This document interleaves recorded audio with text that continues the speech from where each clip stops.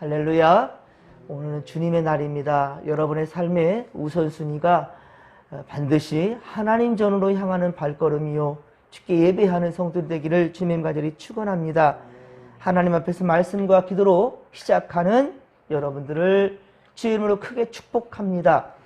주님의 이름이 있고 주님의 눈길이 있고 주님의 마음이 있는 곳, 바로 우리 교회 진목교회에서 함께 예배함으로 한 주간도 주님의 은혜 안에 살아갈 수 있게 되는 우리 성도들 다 되기를 간절히 빌고 소망합니다. 오늘 말씀은 느헤미야 6장 10에서 19절입니다. 하나님은 믿음으로 행할 때 승리를 주신다. 믿음으로 행할 때 하나님은 반드시 승리를 주신다는 제목으로 주의 말씀 전할 때 큰 깨달음이 있기를 바랍니다. 지파별로 선별된 건축자들은 공격자들의 잦은 비방과 음모에 예루살렘 성벽 이 공사가 진행되는 가운데 여러 번 어려운 고비를 넘겨야만 했습니다. 하지만 적들은 끊임없이 포기하지 않습니다. 끝까지 힘을 써서, 이때도 힘을 써서 느헤미야를 또한 또 죽이고자 계획을 세웁니다. 간교한 음모에도 빠지지 않자. 그런데 오늘 본문 12절에 보십시오. 오늘 본문 12절에 보면 느헤미야가 그나마 그래도 신뢰하며 곁에 두었던 이 선지자들, 그러니까 느헤미야는 제사장이 아닙니다. 레위인도 아니었습니다. 그러나 하나님께서 아닥사스다를 통하여서 쓰시는 하나님의 일꾼이었고 총독이었습니다. 자, 그러니까 그는 분명히 자기 직분을 알았다는 거죠. 하나님께서 세운 제사장을, 하나님께서 세운 선지자를 배나 존경하였습니다. 그러기에 그 옆에 그래도 곁에 있어도 이 예언자들 하나님의 사람들 아닌가? 그래서 끝까지 믿으려고 합니다. 그런데 이 악한 영들은, 악한 자들은 어떻습니까? 바로 느헤미야와 그 곁에 서 있는, 바로 이 느헤미야의 곁에 있는 이 예언자들을 포섭하여서 성벽 공사를 또한 중단시키려는 그런 계획을 또 세운다는 말입니다. 그렇습니다. 무헤다벨의 손자 들라야의 아들 스마야는 느헤미야가 가까이 했던 예언자 중에 한 사람이었습니다. 오죽하면 그가 두문불출하니까 느헤미야한테 항상 가까이 했었는데 오늘부터 가까이 하질 않아요. 눈에 보이지 않습니다. 두문불출합니다. 그러면서 그러니까 걱정이 되어서 느헤미야가 오죽하면 이 성벽 공사에 중차된 일을 진행하는 가운데 이 예언자를 찾아왔겠습니까? 한 번도 그 일을 하는 것을 쉬지 않고 일을 진행했던 그런 느헤미야였는데 오죽하면 이 예언자를 찾아왔단 말이에요. 그러자 예언자 스마야는 느헤미야를 향하여서 그들이 널 죽이려고 지금 오고 있어. 그러니까 하나님의 전 외소에 그 안에 들어가서 문을 닫고 있어라. 숨어 있어라. 라고 피하라고 말합니다. 하지만 느헤미야는 어떻습니까? 위험을 알려주는 예언에도 불구하고 자신의 생명을 보존하기 위해서 감히 그 하나님의 그 대제사장만 들어갈 수 있는 외소, 그러니까 외소는 바로 지성소를 의미합니다. 어떻게 감히 내 목숨 살라고 들어갈 수 없는 바로 지성소로 들어가겠는가? 단번에 거절합니다. 그렇습니다. 그러니까 스마야는 바로 느헤미야를 위하는 척하지만 사실은 지성소를 범하는 죄를 짓게 만드는 거예요. 감히 제사장만 들어갈 수 있는 곳을 네가 들어가? 라고 죄를 물으려 하는 것이었죠. 그렇게 죄인으로 만든 후에 악한 말로 느헤미야를 비방하고 그리고 성벽 공사를 무산시키려는 참 무서운 계획을 세우고 있습니다. 끔찍하지 않습니까? 네? 끔찍하지 않습니까? 이것이 바로 악한 영들의 공격이란 말입니다. 그런데 느헤미야는 이 음모를 몰랐을 겁니다. 이런 음모 어떻게 알 수 있겠습니까?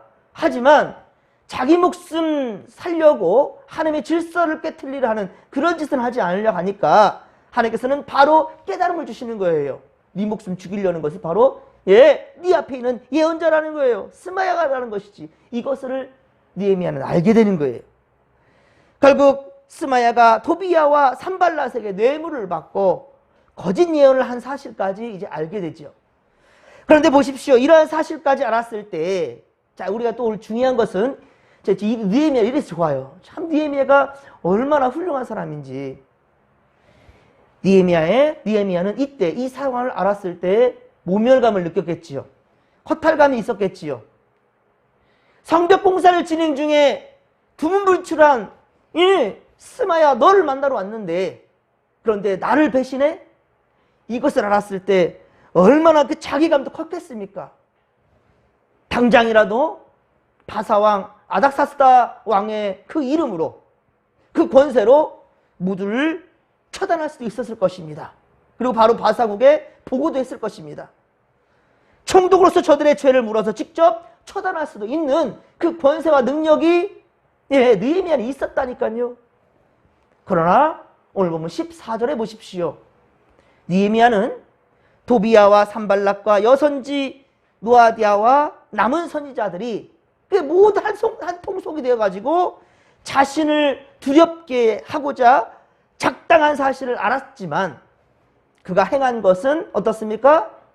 바로 인간의 혈기로 하지 않았습니다. 감정대로 처단하지 않았다는 말이에요. 어떻게 했습니까? 어떻게 했습니까? 하나님께 기도하였습니다. 하나님께 기도하는 것이었어요. 그들의 소행에 대해서는 하나님께서 친히 심판해 주시라고, 친히 하나님께서 심판해 달라고 간구하였습니다. 그래도 하나님의 말씀을 대언하는 선지자들을 자기 손으로, 자신의 손으로 피묻히고 싶지는 않았던 거예요. 하나님의 사람이니 자기의 감정은 누르고 하나님의 손에 맡겨드린 거죠. 로마서 12장 19절 로마서 12장 19절에 말씀하지요. 내 사랑하는 자들아 너희가 친히 원수를 갚지 말고 하나님의 진노하심에 맡기라. 기록되었을 때 원수 갚는 것이 내게 있으니 내가 갚으리라 라고 주께서 말씀하셨느니라. 아멘. 원수 갚는 것은 우리에게 있지 않다라는 거예요. 하나님께 있다라는 거예요. 감정대로 여러분들 누구를 저주하거나 그 분노함으로 말하지 않길 바랍니다. 하나님께 맡기십시오. 하나님께 세계를 주신다는 거예요. 이어서 로마서 12장 21절 악에게 지지 말고 선으로 악을 이기라. 아멘. 할렐루야. 그렇습니다.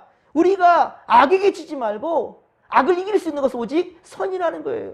지금 느헤미야는 이 말씀을 압니다. 그러니 섣불리 감정대로 악을 갚으려 하는 것이 아니라 그는 그 순간을 참고 견디며 얼마나 배신감이 있었겠습니까?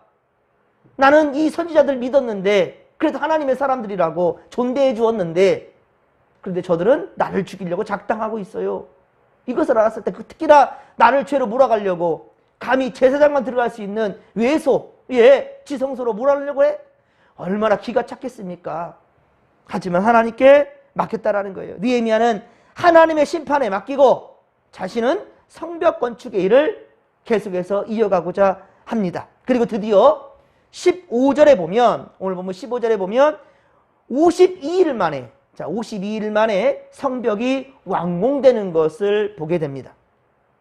비난과 전쟁의 위협과 그리고 자기를 죽이려고 하는 이 죽음의 두려움 이 앞에서도 절대로 지지 않고 결국 느헤미야는 이겨냈다라는 겁니다. 함께 16절 말씀을 같이 한번 읽겠습니다. 우리의 모든 대적과 주위에 있는 이방 족속들이 이를 듣고 다 두려워하여 크게 낙담하였으니 그들이 우리 하나님께서 이 역사를 이루신 것을 알미니라. 아멘. 그렇습니다. 그들은 느헤미야의 지도력과 그의 끈기와 인내를 보면서 그들은 느헤미야가 경외하는 하나님이 이루신 역사를 똑똑히 보게 된 거예요. 느헤미야의 인내심과 느헤미야의 지도력과 느헤미야의 용서함과 느헤미야의 이 사랑하는 것, 하나님을 경외하는 것, 이것을 느헤미야를 보니까 사람들이 변화가 되는 거예요. 처음에 이 이스라엘 백성들도 그랬잖아요. 이 남유다 사람들도 느헤미야 너도 똑같은 총독일 거야. 우리 등차 먹으려고? 우리 고생시키려고? 믿질 않았어요. 하지만 느헤미야가 끝까지 최선을 다해 백성들을 품어주니까 백성들 어떻게 합니까? 이제는 그들이 이제 자원하는 마음으로 이 니에미아를 섬겨주잖아요. 마음이 움직이잖아요. 진심은 통한다라는 거예요. 예, 그것을 지금 말씀하는 겁니다. 니에미아가 믿는 하나님은 많은 우상들 중에 단순히 한 신이 아니라는 것이지요. 두려움에 크게 낙담할 수밖에 없지요. 니에미아가 대간절 무엇이고 한데 저런 믿음을 지킬 수 있을까? 이 사람들은 모두 다 놀랄 수밖에 없는 거예요.